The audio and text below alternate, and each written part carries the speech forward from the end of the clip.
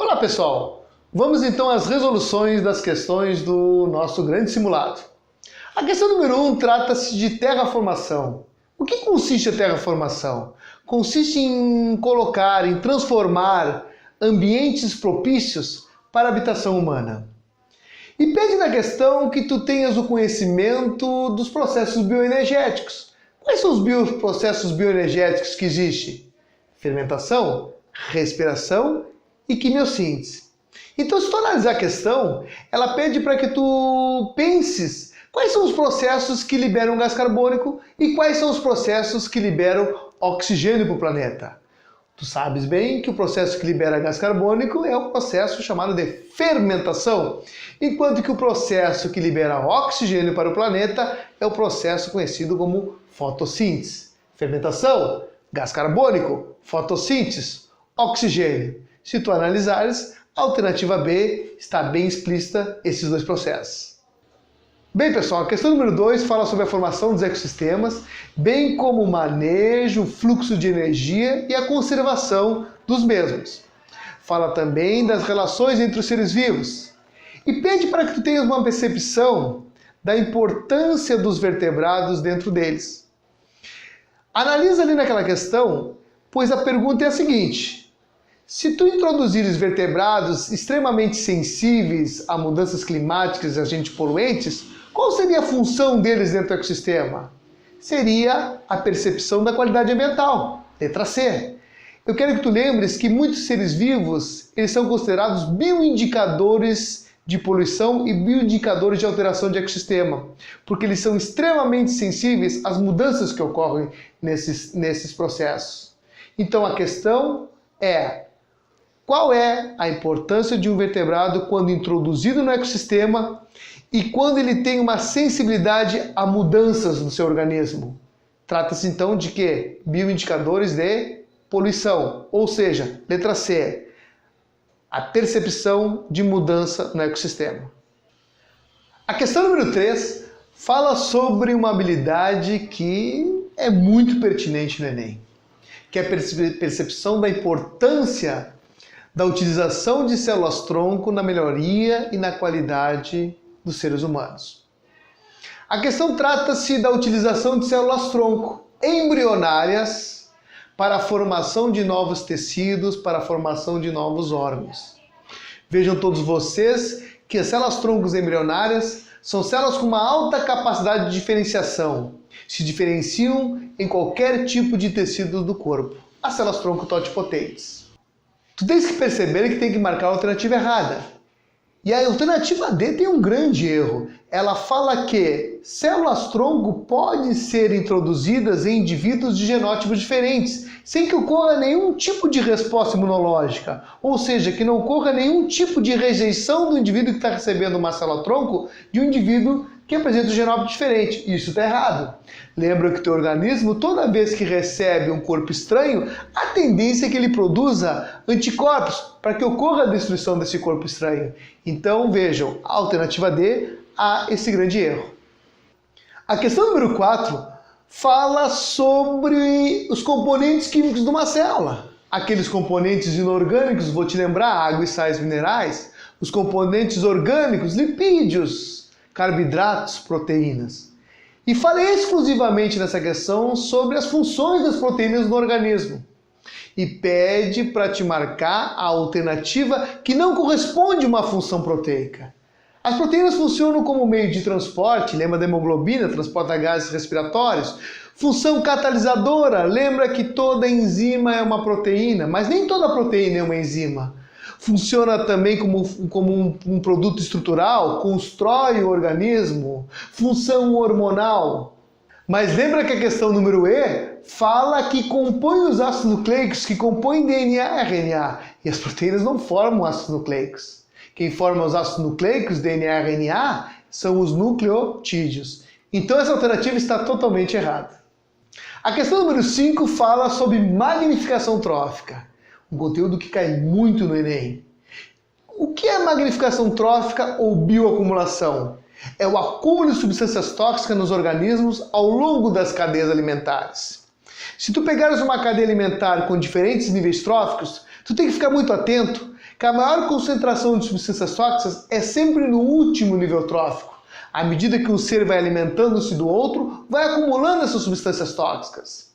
Então, se tu analisar as alternativas que falam sobre isso, tu vai ver que aqueles indivíduos que se alimentam dos anfípodas, ou seja, que estão no último nível trófico, são os seres que terão maior concentração de substâncias tóxicas no organismo. Então, basta tu analisar a alternativa D.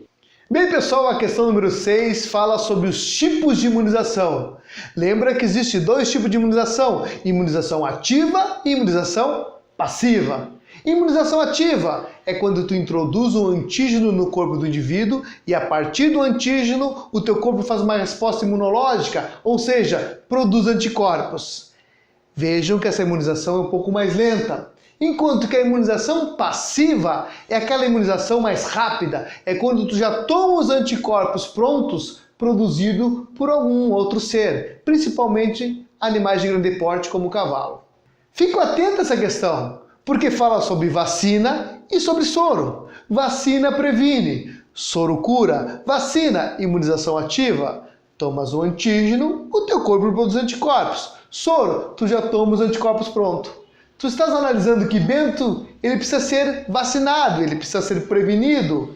Ele tem que se vacinar contra a poliomielite. Enquanto que Bento precisa de uma resposta muito mais rápida. Ele precisa tomar os anticorpos prontos, porque ele foi picado por uma cobra. Então ele precisa de soro. Bento, imunização ativa, enquanto que José é imunização passiva. Bem, pessoal, a questão número 7 fala sobre processos evolutivos. É bom que tu lembres nessa questão que existe teorias evolutivas, existe teoria lamarquista, existe teoria darwinista, existe teoria neodarwinista. Nessa questão em específico fala sobre uma teoria darwinista. Darwin, ele analisou as diferenças entre os seres vivos e para Darwin o meio selecionava as características pré-existentes nos seres vivos. E aqui fala sobre a diferença nos bicos de um passarinho conhecido como tendilhões. Lembra então que essa diferença nos bicos se dá pela diferença no tipo de alimentação de cada um. Ou seja, o tipo de alimento favorece determinado tipo de bico.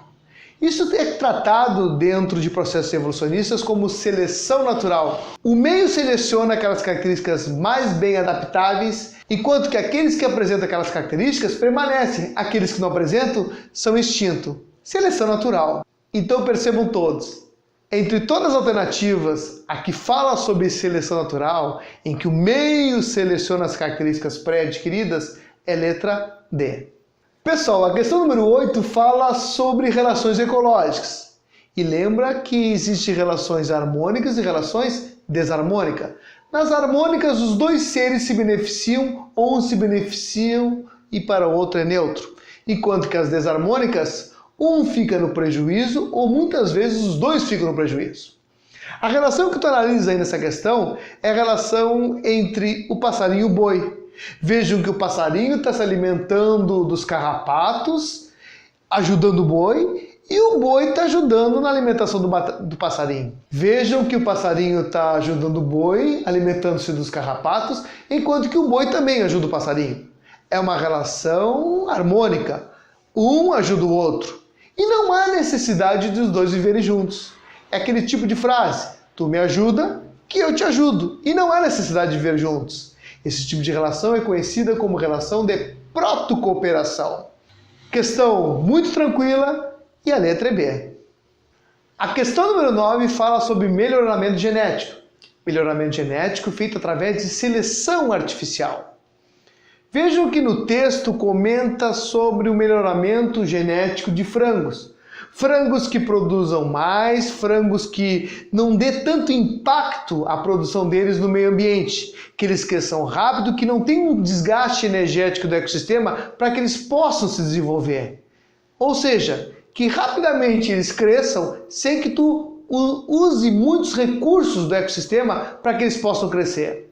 E como se faz isso? Tu tem que procurar frangos com linhagens diferentes. Frangos que tenham um crescimento rápido e frangos que não tenham um desgaste energético muito rápido para que eles possam criar uma massa muscular. E de que maneira se faz isso? Fazendo cruzamento entre ambos.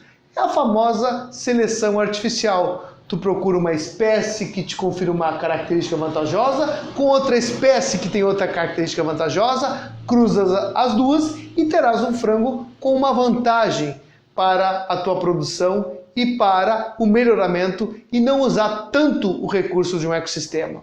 E vejo que essa alternativa está bem explícita na letra E.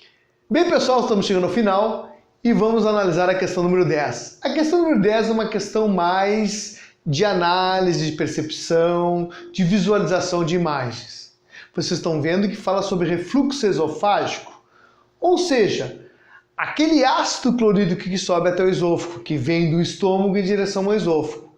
E esse ácido clorídrico apresenta um pH em torno de 4, abaixo de 4. Então nessa questão mostra uma imagem de pH-metria nas diferentes horas do dia. E mostra perfeitamente quando tu tem um aumento de pH e uma diminuição de pH. Te lembra quando tu aumenta o pH, as coisas se tornam mais alcalinas, quando tu diminui demais, as coisas se tornam um pouco mais ácidas, levando em base o pH 7, que é neutro. Então tu analisas o seguinte, vejam que o pH normal do teu estômago e do teu esôfago é em torno de 4. Fala na questão. Para tu ter um refluxo esofágico, tu tens que diminuir o pH. O pH tem que estar abaixo de 4. E quais são as horas do dia que tu analisa ali naquele gráfico, que é mais a percepção, em que o pH está abaixo de 4? Tu vistes que é durante o dia. E qual a alternativa que fala isso? Letra A. Na letra A fala que o pH durante o dia ele tende a ficar abaixo de 4. E isso te provoca o quê? Uma maior acidez e te provoca o refluxo esofágico.